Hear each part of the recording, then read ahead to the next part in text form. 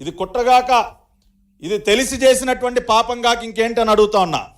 అదేవిధంగా ఇంకా మరిన్ని వాస్తవాలు ఇది చూడాలి మీరు. ఇది ట్యాక్స్ ఇన్వాయిస్ అండి, ఏఆర్ డైరీ వాళ్ళ ట్యాక్స్ ఇన్వాయిస్. ఏఆర్ డైరీ వాళ్ళు మొత్తం 8 ట్యాంకర్లు సరఫరా చేశారు. మొదటి 4 ట్యాంకర్లు వాడటం జరిగింది. Second 4 tanker second batch quality మీద కంప్లైంట్స్ రావడంతో అది మనం ల్యాబ్కి పంపించాలి, అంతా తెలుసు. ఇది చూడండి, ఇదొక మీరందరూ ఆశ్చర్యపోయేటటువంటి విషయం. ఇక డేట్ గమనించాలి మీరందరూ. ఈ డేట్ చూసారా? జూన్ 4, 2024 బిల్ అయిందండి. ఇది ఏఆర్ ఫుడ్స్ వాళ్ళ బిల్. ఇది జూన్ 4, 2024 మొదటి ట్యాంకర్ బయలుదేరింది బిల్ అయ్యి. చూసారు కదా? ఇప్పుడు నెక్స్ట్ డాక్యుమెంట్ చూడండి మీరు. ఈ నెక్స్ట్ డాక్యుమెంట్ చూస్తే కనుక ఇదిగోండి, జూన్ 4 బయలుదేరింది కదండి ట్యాంకు. తిరుమల కొండపైకి ఎప్పుడు చేరుకుంది? 12/6/2020 స్టాంపు, ఇన్గేట్ దగ్గర స్టాంపు. స్టోర్ దగ్గర రిసీవ్ చేసుకున్నది 14/6/2024. జూన్ 4 ఎక్కడ బయలుదేరిందండి? దిండిగల్లో, తమిళనాడులో ఉన్నటువంటి దిండిగల్లో. దిండిగల్ నుంచి తిరుమలకి ఎంత దూరం? 500 కిలోమీటర్లు. 500 కిలోమీటర్ల దూరాన్ని అంటండి మన ఏఆర్ ఫుడ్స్ లారీ, డైరీకి చెందినటువంటి లారీ 500 కిలోమీటర్లు కవర్ చేయడానికి 8 రోజులు పట్టిందంట. 8 రోజులండి. 500 కిలోమీటర్లు అంటే ఉదాహరణకి విజయవాడ నుంచి శ్రీకాకుళం వెళ్ళాలంటే 8 రోజులు పట్టుద్దా ఒక లారీకి? మహా అయితే ఒక రోజు, లేదంటే 2 రోజులు, ఏదైనా మధ్యలో బ్రేక్ తీసుకుంటే. మ్యాక్సిమం 2 రోజుల్లో తిరుమల చేరుకోవాల్సిన లారీ 8 రోజులు ఎక్కడెక్కడ తిరిగింది సార్? ఎక్కడెక్కడ తిరిగిందండి బండి? 8 రోజులు పట్టుద్దా? 500 కిలోమీటర్ల దూరాన్ని కవర్ చేయడానికి 8 రోజులు పడుతుందా? అంటే ఏఆర్ ఫుడ్స్ నుంచి బయలుదేరినటువంటి లారీ ఇంచుమించు ఖాళీయే. ఊరికి అక్కడ బిల్ చేయటం, ఖాళీ లారీని దోలటం. ఎందుకంటే వాళ్ళకి కెపాసిటీ లేదు కదా. ఇందాకే ప్రూవ్ చేసాం, వాళ్ళకి అసలు 16 టన్నుల లారీని నింపే కెపాసిటీయే లేదు. అందుకని ఊరికినే బిల్ చేసి ఆ లారీ ఈ కల్తీ చేసే గోడౌన్లన్నీ తిరిగింది. అది అంతే కదా. 8 రోజులు ఎక్కడ తిరుగుతుంది సార్? 9 రోజులు ఎక్కడ తిరుగుతుంది బండి? తిరగాల్సిన అవసరం ఏంటి? ఏఆర్ ఫుడ్స్ పేరుతో బిల్లులు తయారు చేసి మీకు కావాల్సిన చోటల్లా తిప్పి బండిని 9వ రోజు కొండపైకి తీసుకొస్తారా? దేనికి సార్? దేనికి తిరిగింది బండి? 8-9 రోజులు ఎక్కడెక్కడ తిరిగింది బండి? అదే కదా. ఇవాళ అందుకనే మేము సిట్టేసాం. ఇవాళ న్యాయస్థానం కూడా ఒక డైరెక్షన్ ఇస్తుంది, వదిలిపెట్టేదే లేదు.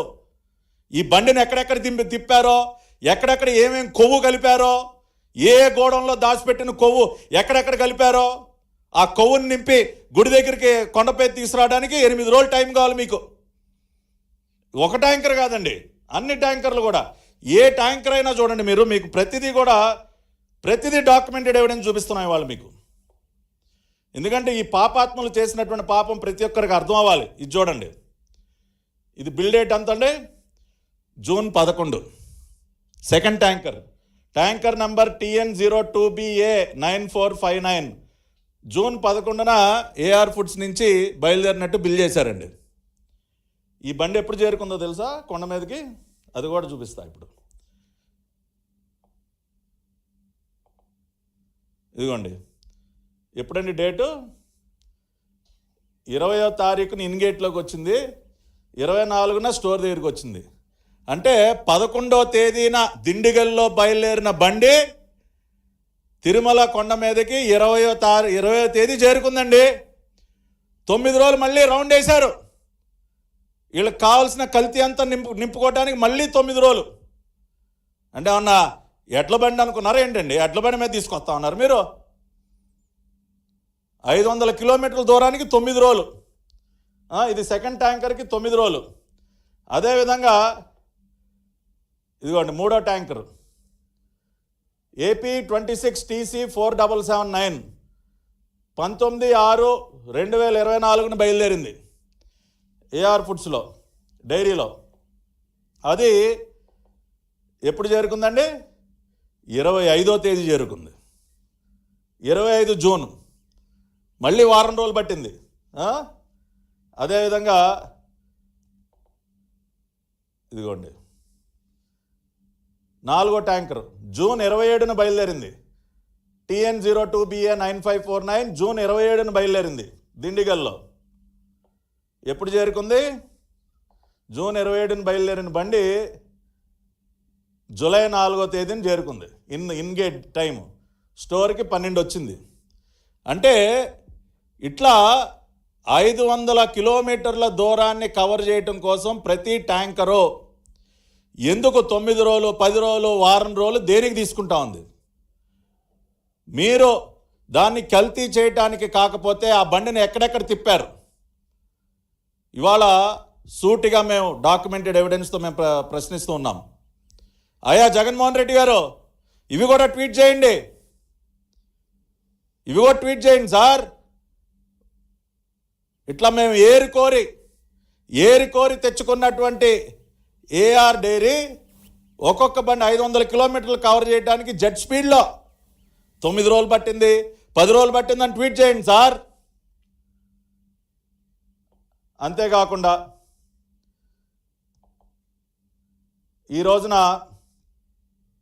మీకు టెస్ట్ రిపోర్ట్, తిరుమల పైన ఉన్నటువంటి ల్యాబొరేటరీ టెస్ట్ రిపోర్ట్ ఏదైతే ఉందో దానికి సంబంధించినటువంటి కాపీ, ఈ 4 లారీలు మొదట వచ్చినటువంటి 4 లారీలకు సంబంధించి టెస్ట్ రిపోర్ట్స్లో చాలా స్పష్టంగా ఇక్కడ మీరు చూసినట్లయితే